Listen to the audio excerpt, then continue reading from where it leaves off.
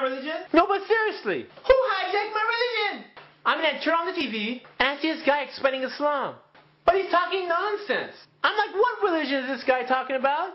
Not only does he have no idea what he's saying, but he's not even Muslim. It's like getting a Hindu guy to teach Christianity.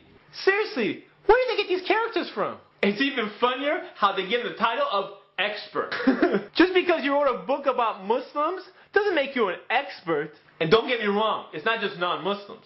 They even throw confused Muslims on TV. Somehow they keep finding these people who have little or no knowledge of the religion. They show them screaming nonsense and talking all crazy, talking about killing and murdering, instead of basing their actions on Islam. You hear all kinds of crazy stuff. Like these speeches are pushing people towards their nationalistic movements. There's no nationalism in Islam. There's no nationalism in Islam. And I'm sitting there thinking, out of all the Muslims they can put on TV, they put these people on? Come on, man. I don't recognize this religion they're talking about as being Islam. It's like they're practicing a totally different religion. Somehow they keep giving the limelight to these extremists. Coincidence? I don't think so. This is how they build public opinion on a group of people. So people end up hating Muslims. But their hatred is based on ignorance. People aren't born racist. Prejudice is something that is learned. They don't necessarily come out and say Muslims are terrorists, but they'll do everything else so you come up with that opinion. Look at all this mumbo jumbo they put in the movies. You see, in the movie they can lie as much as they want because they can use the excuse, it's only a movie! But do you ever notice that all the bad guys in the movies these days are Muslims? And the actors who play their role, they don't even do their homework. Sometimes they show the Muslim praying, and in the middle of this prayer, he answers the phone.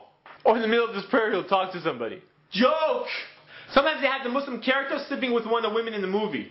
Double joke! Who writes this stuff? And how come every time they show the main bad guy acting evil, they're playing the adhan in the background? Hello? The adhan is a call for prayer. Coincidence? I don't think so. They take a peaceful religion and they try to associate violence to it. No wonder the masses are confused about Islam. People are often scared of things they don't understand. And don't think we're the first people who are victims of this propaganda. Do you remember the way the Japanese were treated during World War II? Or the way African Americans were treated during the Civil Rights Movement? You get the picture. History continues to repeat itself. And the way that stereotype is built is done in a very sneaky way. You flip on the TV and you see images of black people stealing. I guess they assume if you see it enough times, you'll start believing that all black people steal. Or all Hispanic people cross the border so they can steal your jobs. Or all white people are trash. Or women are inferior to men. And the false list of stereotypes goes on and on. These tactics are nothing new. It's the same tricks over and over again. But this time, they're building the stereotype of the Muslims. They're trying to associate the word Muslim with the word terrorist. But the word Muslim terrorist is an oxymoron. You know that's when you put two words next to each other that have opposite meanings? It's like saying definite, maybe. Or that's a loud silence. Same difference. Exact estimate. You get the picture. The word Muslim terrorist doesn't even make sense. The word Muslim means one who submits to God. The word terrorist means one who spreads terror. So how could one who submits to God spread terror? It doesn't make sense. How come when a Muslim commits a crime, he is immediately associated with his religion? But if anyone from another religion commits a crime, their religion is never even mentioned. They take verses from the Quran out of context to serve their own purpose. Think not that I have come to send peace on earth. I came not to send peace, but a sword. Does that sound violent to you? Does that sound something that you can take out of context? We don't know the sentence before that or the sentence after it. Oh, that's not from the Quran. That's actually from the Bible. Matthew 10:34. You see, you can pull that trick with any religion. Do you know what I'm saying? I live in a country where the majority of the people are Christian. But you won't hear the term Christian terrorist if a Christian commits a crime.